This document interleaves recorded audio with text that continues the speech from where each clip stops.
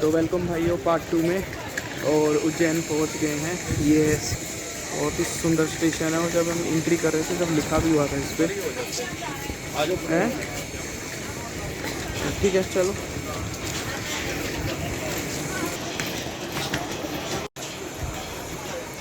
ये है उज्जैन स्टेशन जहाँ पे हम रैंप पे चल रहे हैं। बहुत ही ज़्यादा सुंदर स्टेशन है। वैसे भी जो उज्जैन है वो मतलब मध्य प्रदेश में मिडल ऑफ इंडिया है और इस स्टेशन पे 8 प्लेटफॉर्म हैं, 15 ट्रैक हैं और यहाँ पे टैक्सी भी आती है, टैक्सी स्टैंड भी है, ऑटो स्टैंड भी है। ये स्टेशन भी काफ़ी पुराना है। अराउंड आप मतलब यकीन करो 1876 में ये मतलब खुल गया था। 146 ईयर्स हो चुके हैं इसे खुले हुए और ये फुल्ली ऑपरेट हो गया था 1906 में। मतलब बहुत पुराना स्टेशन है। 75,000 पैसेंजर इस पे लगभग डेली आते हैं। तो ये है भाई उज्जैन का स्टेशन। अभी ऊपर पेडिस्ट्रियल भी देखा आपने, बहुत ही सुंदर, मतलब सुंदर तो क्या साफ़ सुथरा है। सबसे बड़ी बात ये है काफ़ी ज़्यादा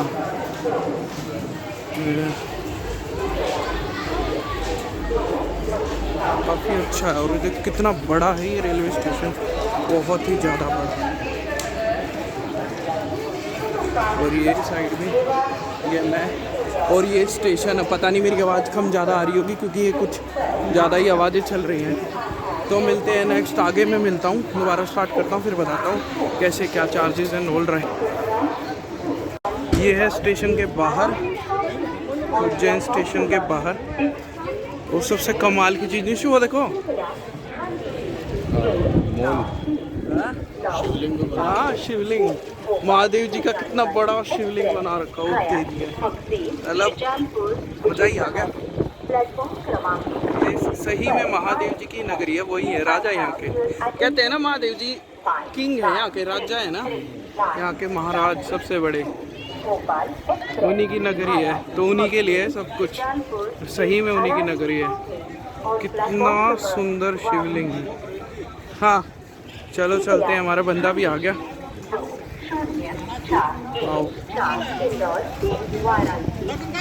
ऑटो ले लेते हैं, चलते हैं।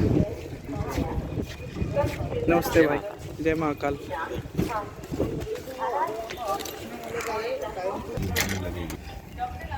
तो भाई साहब हमें बताइए अभी हमें कहाँ उतारे?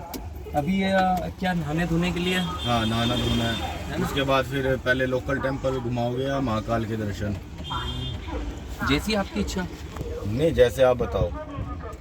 तो या तो अपन नहा धो करके लोकल टेंपल घूम लेते हैं। हाँ फिर क्या है कि महाकाल में जैसे टाइम भी लगता है अपन, फिर मॉर्निंग महाकाल करा दो हमें।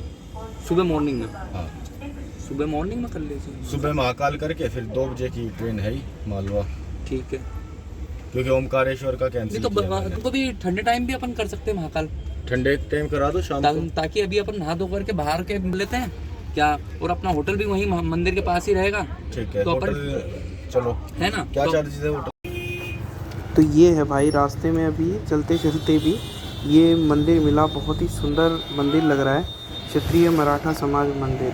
यहाँ पे जो मराठा है, हमारे हिंदू मराठा, उनका बहुत योगदान है। इवन जो ये अभी उज्जैन का जो स्टेशन है ये भी रिस्पेक्टेड, हमारे ज्योतिराज सिंधिया जी जो ग्वालियर के महाराज थे, उन्होंने इसके लिए मतलब 7.5 मिलियन रुपए ग्रांट किए थे।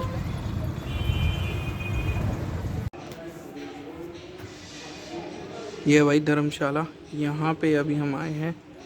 नाम तो मुझे नहीं पता, इसमें होगा ना निश्चित ही स्लिप पे शायद। श्री अखिल भारतीय श्री क्षत्रिय समाज ट्रस्ट उज्जैन। श्री अखिल भारतीय श्री क्षत्रिय समाज ट्रस्ट उज्जैन। हम यहाँ पे आए हैं और यहाँ पे जो हमारा टोटल लगा है इसका धर्मशाला का, वैसे हमने कई होटल्स पे भी देखा। जो ऑटो वाला बंदा था जो हमें, जिसके साथ हम घूमेंगे, कितना 1700, कोई होटल 1500, या हमारा सबसे सस्ता सिर्फ 700 रुपये में।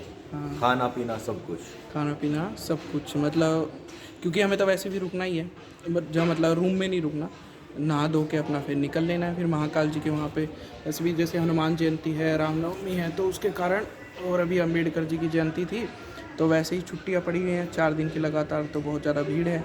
तो हमें यहाँ से सिर्फ नहा के और मंदिर की तरफ लाइन में लग जाएंगे। कितना टाइम लग जाएगा हमें फिर वहाँ मंदिर में? यहाँ मंदिर में तो काफ़ी टाइम लगेगा। कितना अराउंड फिर भी? यहाँ से हम 12:30 निकलेंगे, 12:30 निकल के हम शाम को 7 बजे तक वापस आएंगे। अच्छा घूम के इतने मंदिर हैं यहाँ। अच्छा, दर्शन करके फिर दर्शन मंदिरों में करके, हाँ मंदिर में घूमते हैं, दर्शन हम 7 करके। बजे लगेंगे महाकाल के दर्शन करने के लिए। शाम को भी करेंगे और सुबह भी करेंगे। मतलब अभी कब लगेंगे? अभी शाम को अभी लगेंगे? शाम को लगेंगे, ठंडा मौसम होने के बाद। अच्छा अच्छा अच्छा। तो ऐसे रहा। तो ये तो हमारी धर्मशाला का भी 700 रुपये के करीब। वैसे तो कई हैं, और हमें बताया कि अभी जैसे सीज़न चल रहा है, मतलब लोग आ रहे हैं, बच्चों की छुट्टियां हैं, तो अभी धर्मशाला का 700। और जो होटल्स हैं कुछ जैसे 3-3 बेड के हैं, जिसका हमारे लिए कोई यूज़ नहीं है, वो जो फैमिली वाले बंदे हैं, जैसे अगर कोई फैमिली के साथ आए तो वो उन रूम्स को ले सकता है। तो 1500 से 1600 है अभी, जब पीक टाइम चल रहा है। तो अभी भी 1600-1700 रुपये है यहाँ पे, रेलवे स्टेशन से थोड़ी दूर।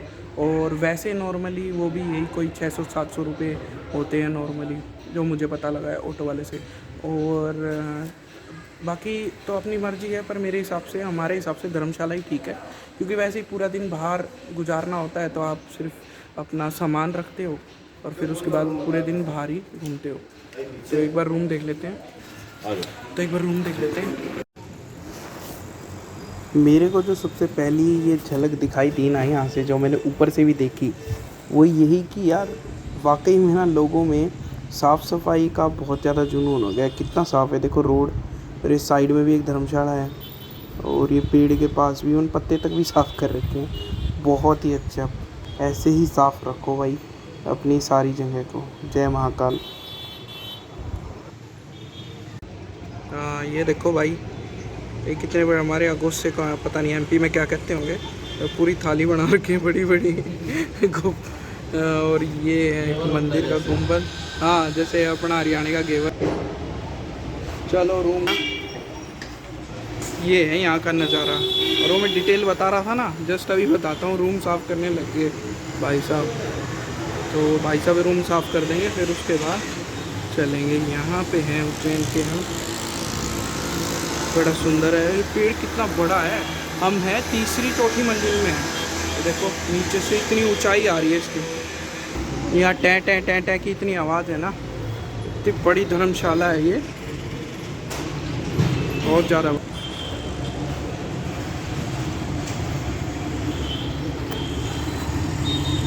अभी 5-10 मिनट में और सफाई हो जाएगी, फिर अंदर चलते हैं। ये रहा उज्जैन सिटी। एक लड़की स्कूटी पे, पीछे 2 लड़के हैं।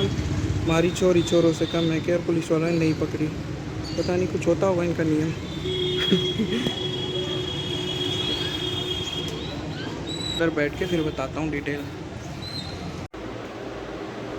हाँ, तो बैक टू यू। तो ये है भाई अपना रूम धर्मशाला का।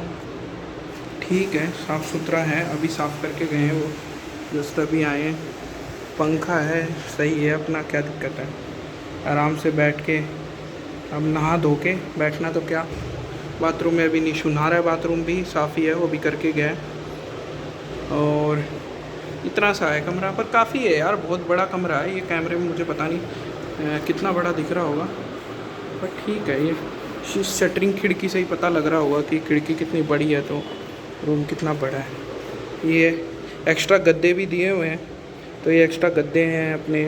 और ये है चादर, अभी ये बिछा के गए हैं। वैसे हमारे पास भी है अपनी खुद की, क्योंकि जब ट्रैवल करते हैं तो अपना भी रखना चाहिए सामान। तो ये सब कुछ है। तो ये तो है हमारा रूम। तो अब बताता हूँ कितने का क्या पड़ा। तो भाई जो रूम जो था हमारा, ये तो पड़ा है हमारा 700 रुपये के करीब का।